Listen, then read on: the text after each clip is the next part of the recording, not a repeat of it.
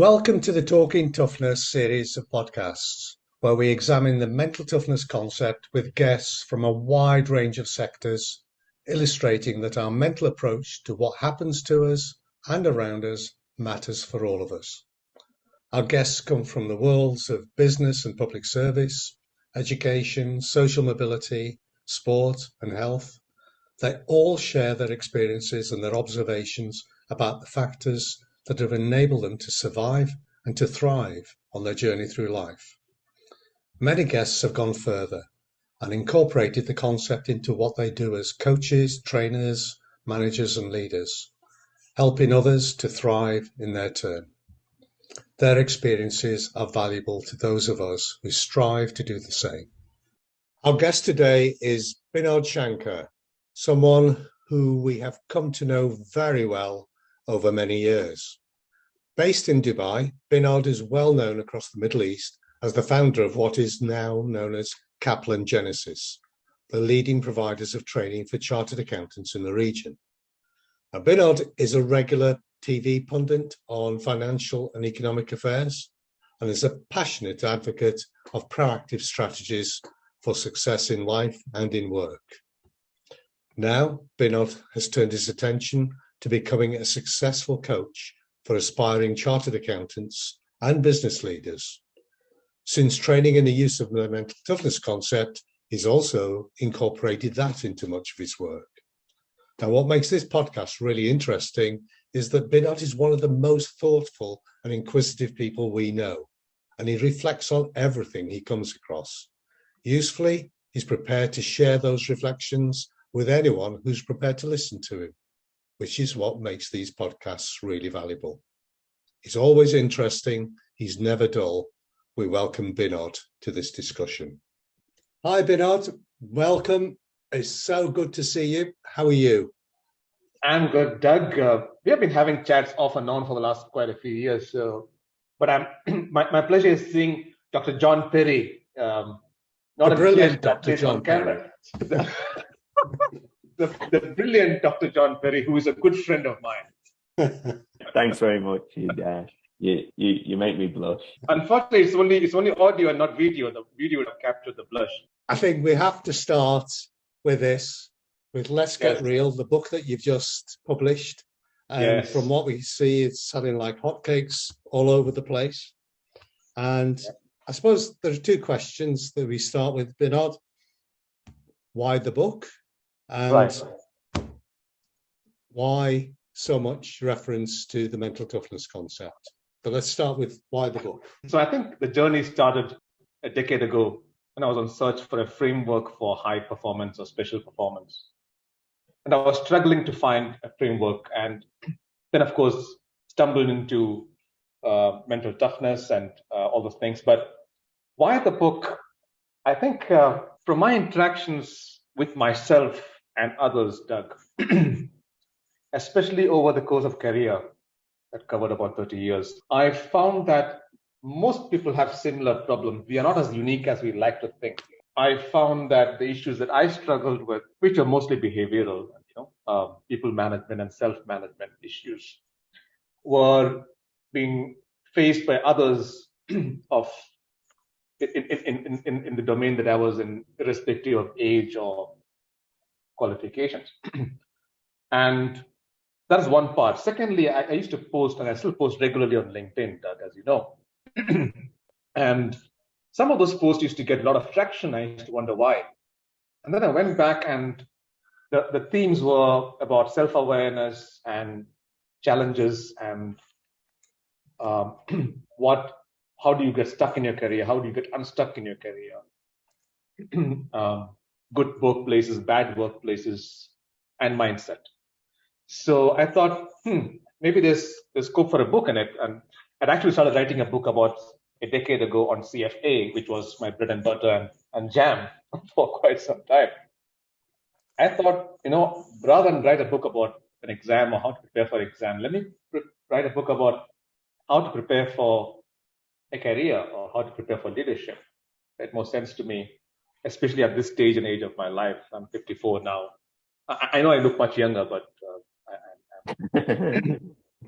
I was waiting for you to say that, but since you didn't say that, I was thinking, that you left that pause. Yeah, Doug is just smirking at me, and yeah. he didn't volunteer any compliments. So I had to sort of go my I own see what comment you there. did there. You realised that this is not a video podcast, therefore I can say what I want. Exactly, John. Hence the book, Doug, and someone also last week referred to it, and I didn't realize it actually till he said it. He said it's actually an autobiography of yourself. Do you realize that in some shape or form? And I thought, yes, actually, it's true, because I suppose once you're very honest and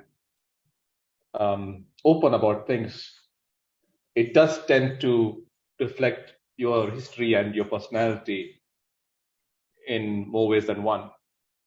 So that's my longish answer to why the book. And the second part, I think, was about mental toughness. And that goes back to and I think I mentioned that in the book somewhere, where I went running with a couple of friends. I was training for the marathon, and I was asking this school teacher, a Canadian lady who was running with me, and I was asking her about special performance and my struggle to find a framework to explain or to boost or diagnose that extra performance, that extra juice that people need in careers and sports. And she said, why don't you Google mental toughness? I don't know whether she had heard about AQR or Peter Clough for yourself, and then I Googled that. Then I came across your emails. I shot off an email to Peter and yourself. You replied. And then, then of course, John came to Dubai, and we had this fantastic 3-day mental toughness license user session, which I still have notes of, by the way, somewhere here, right next to me, handy, just in case I did refer to it. That was 10 years ago, wasn't it? I know. Was that 2013, was it? It was 2013, I think. Yeah, good. Yeah, October or November 2013. It's almost 10 years now.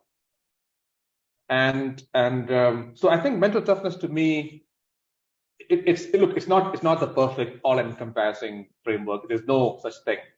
But to me, it's probably the best possible framework where you can say to someone, listen, this is probably what you need, or from the diagnosis or from the test. These are things you could do to improve your whatever it is, right? Your commitment, your control, your challenge, your confidence, the 4 pillars, wherever you feel you're short in. So that was my introduction to mental toughness. Hence the reference to mental toughness in the book, because it was and still remains to me the most complete measure, diagnosis, toolkit. Yeah, that is the word I was looking for actually. Toolkit to pull yourself up and without any fancy jargon or psychometrics or medications, and get where and fulfill your potential, which is probably what a lot of people struggle with. I think that's really good to hear, Binod, because I think you're describing our purpose with when we first picked up the concepts from Peter. Our reason for doing that was to help people to be self-aware and help people to somehow improve, whether it's their performance, their well-being, or whatever. I was interested in a little comment you made right at the beginning, where you said, on reflection, most people have got similar problems, and you said they're mostly behavioural, which is, of course, is very good news for psychologists. It gives them a reason for being. Yes. What do you think are the most common behavioural issues? What are those common behavioural issues? Oh wow, that's another podcast, Doug. But let me try and give a stab at it. Yeah. So my experience has been in finance and accounting and leading teams, and then switched to entrepreneurship, and then managing teams, and then teaching students about finance and accounting. And now, of course, I coach senior executives. So if I look back and think, I think one major issue that sort of stands out is confidence or lack of confidence. And you see that to an astonishing degree, where it really holds people back from what they could do. And you see it among women, you see it in minorities, you see it in, and without sounding racist, you see it, for example, mostly in Asian with Asian population, South Asia, India, for example, Pakistan.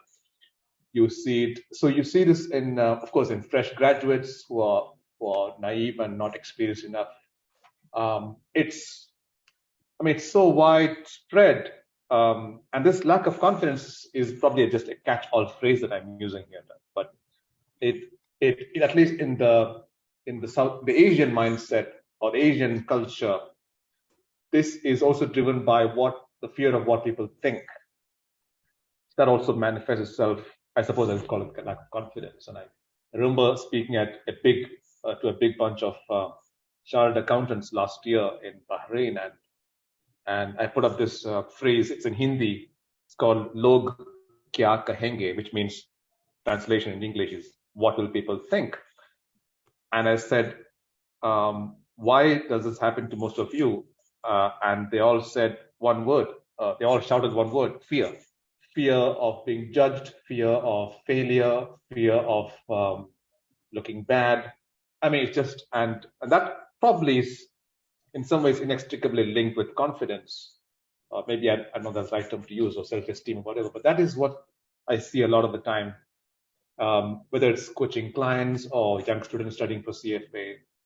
Like, they want to do it, they know it's important, they know that they'll be held back and they won't meet their potential unless they do it. But this big but, right? Always a big but is, what will people think? And it's such a, again, it's a culture of, a lot of people are brought up in this culture of shame, where the possibility of shame is far higher than the possibility of success. You know what I'm saying? Yeah. The emotional impact of shame is bigger than the emotional impact of success. It's a very asymmetric relationship.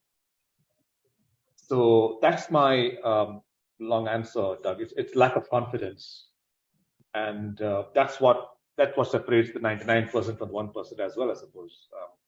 Assuming talents and skills are equally distributed, which I know they are not, but still, I think confidence is definitely something. And I say confidence because I suppose, again, I suppose we'll delve into it. It's something that can be improved, that can be boosted. It's not something fixed. That's what I was wondering there, Binod, as you were talking, and I think it's a great point, because I've often had this kind of perception where people almost have this idea of where my place is in the world. And you see it, whether it's societal, cultural, linked to socioeconomic status, whatever it might be, but that sense of, well, that's my place in the world. Sure, what would I be doing trying to go and do X, Y, and Z? That's for other people.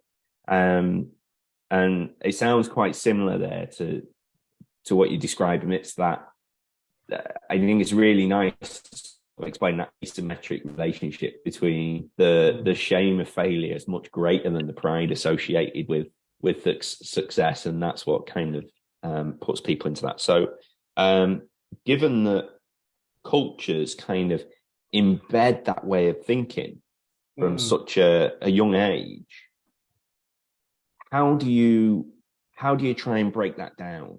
So if you were working with someone as a coach, how do you go, look, like you've got this preconceived idea that's leading to, you're not pushing yourself, not lifting your head above the parapet. So how do we overcome years of, I suppose, environmental persuasion? Yeah, well, that's a very good question, and there's several ways of doing it, I suppose, and I'd love to hear from you as well. But one way is self-awareness is definitely essential. And when and Doug referred to self-awareness and how mental toughness helps you uncover those parts of yourself. I think in the context of confidence boosting, John, I think it's more of what are the saboteurs sitting on my shoulder and whispering to me whenever I want to do something important. And I have a young mentee who has actually had a fairly traumatic childhood with a hypercritical father. And to this day, she's 23 now. To this day, she struggles with doing anything new. And she almost has to write down with a pen and paper that it's not me. It's just a feeling. It's just a belief. I can do it and I will do it. She literally has to write it down. So I think the saboteurs that we have, so a lot of, again, going back to the culture I referred to, John, in those cultures, you are brought up to believe that you're not good enough, that you can always do better. While that has led to some tremendous success, as you can see, the Indian diaspora around the world, right? From whether it is Satya Nadella or Rishi Sunak or anyone, that has had some devastating effects on the psychology when they grow up to be adults, when they feel that they're never good enough, and hence they don't have a seat, and hence they don't deserve a seat at the table. Yeah, and we've always got to be aware, I think, of like the kind of survivor bias issue when you point to. So you can name some people that have come from that kind of background, and had some form of success. But I'm always reminded, there was a cartoon sort of image I saw years ago of this guy giving a TED talk with like just loads of bags of money around him, saying, people said I was an idiot for spending every penny I got on the lottery, but look who's laughing now. You should all go out and spend every penny you get on the lottery. You know, as a sort of all the people that did that and didn't win, they're not on the stage giving the talk. No, and I think sometimes we can make this incorrect assertion that we do it in sport all the time. Like you look at some attributes of a particular athlete who happens to be really successful. You know, let's look at a Mike Tyson and go, geez, look how successful he was. Everyone should be like Mike Tyson. No, the vast majority of people who are like Mike Tyson have horrible lives. Don't be like that. So yeah, I think that's really interesting. And the other thing, what made me think when I saw the title of the book, like Let's Get Real, I thought, God, there'd be so many ways of interpreting that. But one thing that struck me when you start, you opened up by saying that we all kind of like to believe that we're different. And I absolutely, 100%, I find that all the time. Whenever we do the mental toughness talks, right? You could literally, you go from one village to the next and somebody will be saying, but that might be different for us. No, you're not that different. And I think what I kind of like about that way that you're talking about it is, I think the realness requires, and you mentioned self-awareness, a bit of acceptance over who we are. So in a world full of, you know, internet memes of saying, if you can see it and dream it, you can achieve anything.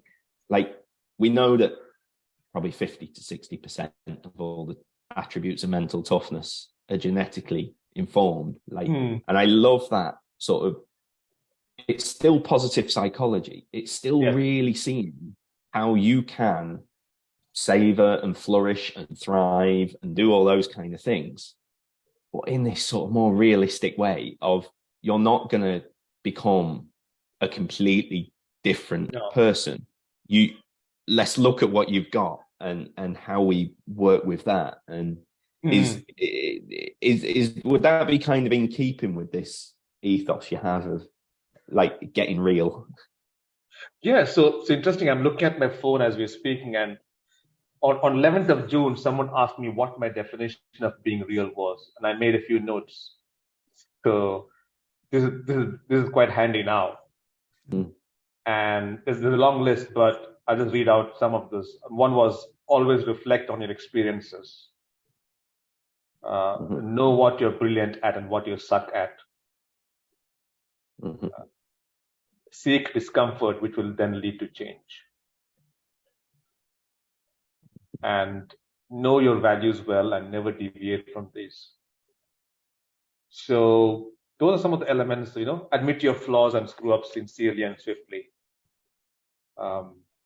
So I suppose, I mean, I could go on and on, but I think being real, it's not about being authentic. And that word authentic has been abused or misused or misinterpreted in many ways, I mean, but I think real is, for me, captures, it's basically, and goes back to what you said, it's very difficult to accept who you are, John, sometimes.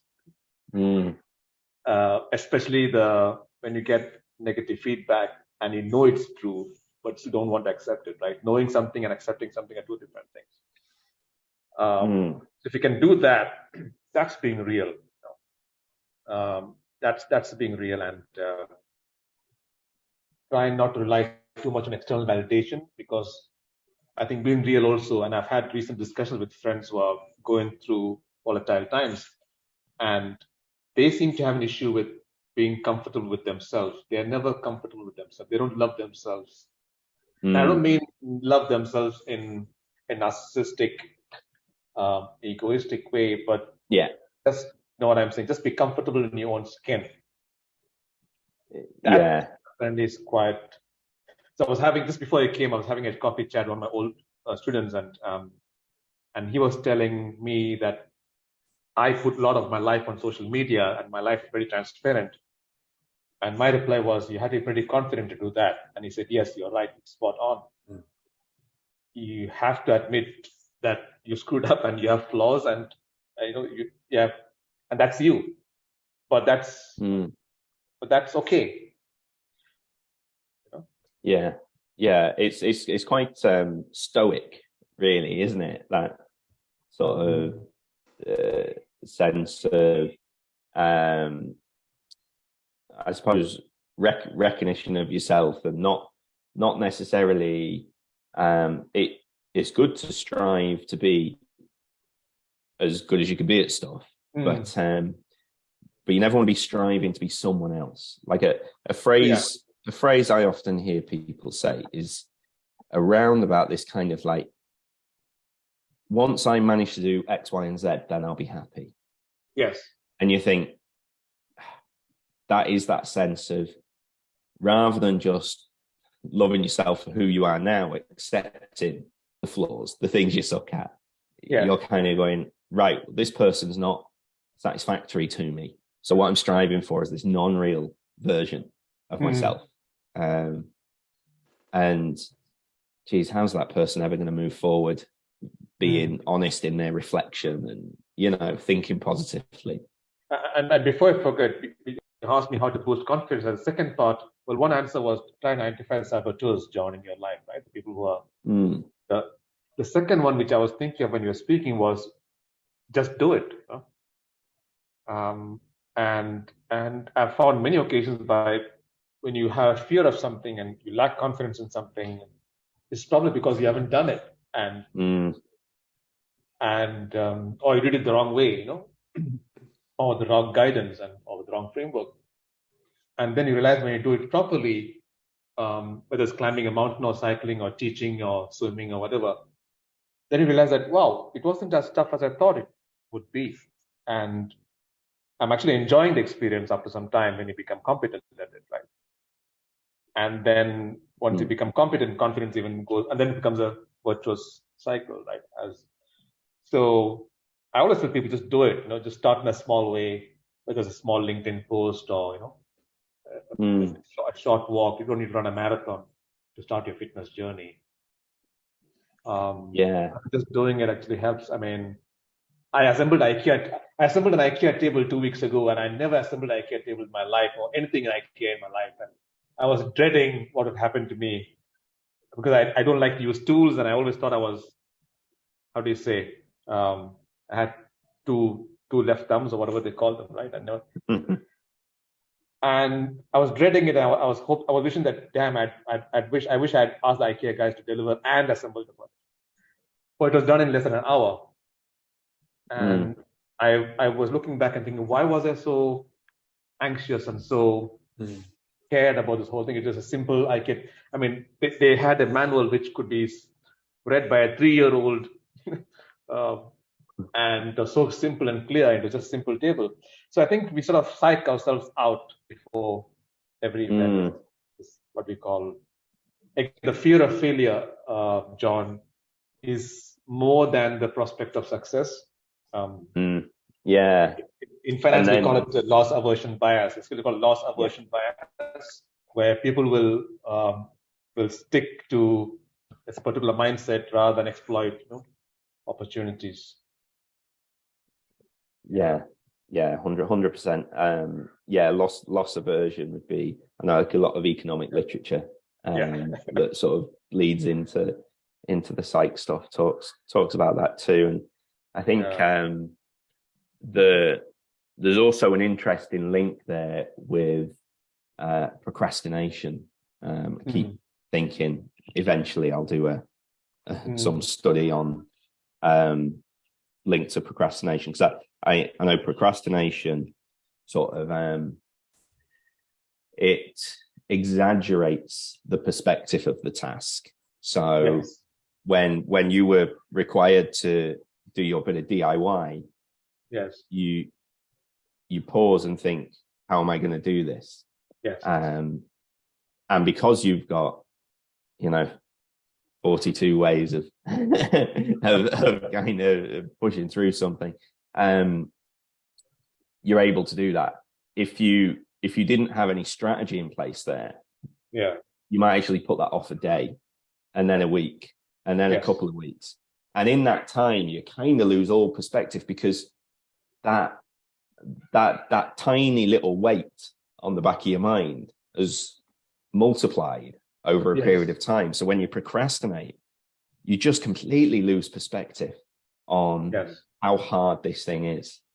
And then eventually you get around to it and go, why did I wait? Why didn't I just do it?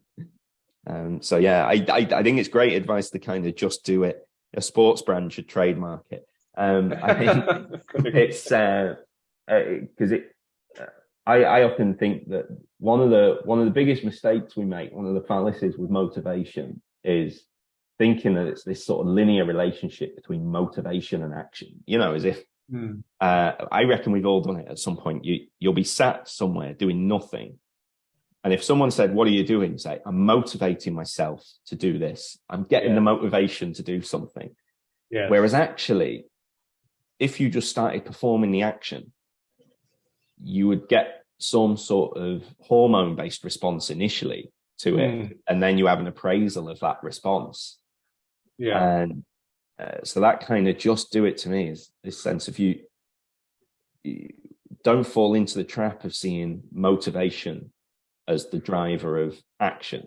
Like that's a sort of circular relationship. You can just start with the action sometimes. I know that whenever I'm tired and I walk my dog, because he's looking at me and I'm thinking, I do not have the motivation right now to go out in the pouring rain. But you have to. So you just kind of start with it. And then 10 minutes later, oh, what do you know? I actually feel good. I do have energy. I was kidding myself all along. Right. I mean, talking about that particular thing about regular habits, whether it's fitness or your finances, Atomic Habits by James Clear has this wonderful concept that if you make a habit as part of your identity, then you'll never give it up. Love this bit about just do it, Binod. And John, I think you've just explained for me, why I reply so quickly to emails. Right. If I sit there and I think